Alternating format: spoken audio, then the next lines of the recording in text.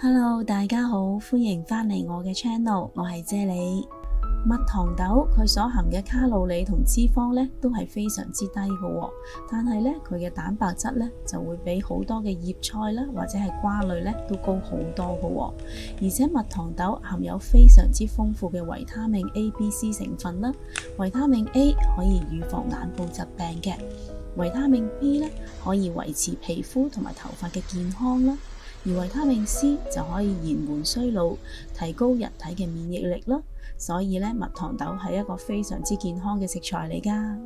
新鮮冬菇佢含嘅植物固醇同埋香菇嘌呤可以有效地阻隔膽固醇嘅吸收啦，降低膽固醇嘅同時咧，仲可以將壞嘅膽固醇排出體外添噃。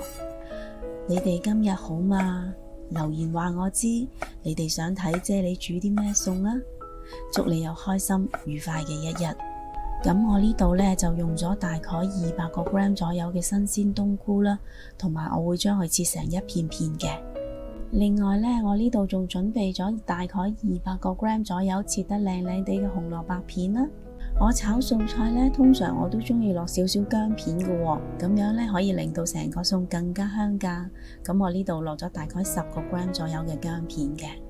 將紅蘿蔔同蜜糖豆擺落滾水度飛一飛水佢，我會加入1茶匙嘅鹽同埋1個湯匙嘅油，因為油鹽可以幫蔬菜鎖住原有嘅顏色。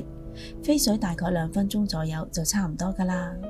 若果你對我嘅食譜有任何疑問嘅話，請你將個問題寫喺下邊評論區嗰度啊，我係非常之咁樂意同大家一齊討論噶。同埋我會將呢一個食譜嘅所有食材用料 list 咗喺呢條片嘅最後。若果你都有興趣煮呢一個餸，請你將呢條片睇到最後就可以一目了然噶啦。開着個中火，燒熱大概1個湯羹左右嘅油啦，跟住將啲薑片擺落嚟炒香佢。我要將啲薑片炒到佢好香嘅。當聞到好香嘅薑味嘅時候，我會將啲鮮冬菇擺埋落嚟炒下佢。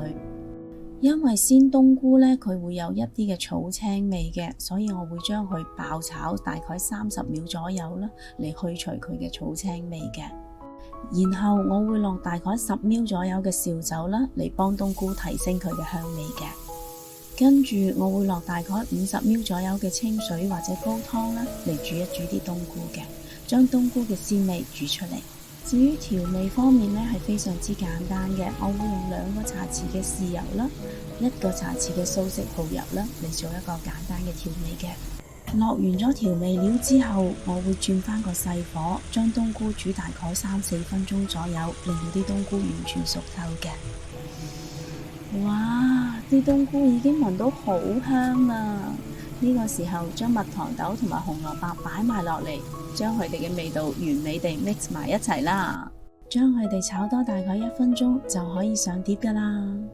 呢一個餸食起上嚟爽脆可口，清新鮮甜，而且低卡低脂，食到飽都唔使驚會肥噶。不如今晚你都試下煮呢個咁健康又好味嘅餸啦。若果你都中意我嘅食譜，請你俾 like 同埋留言話我知啦。記得訂閱我嘅 channel， 順便撳埋隔籬個鐘仔啊！多謝晒你嘅收睇，我哋下一個食譜再見啦，拜拜。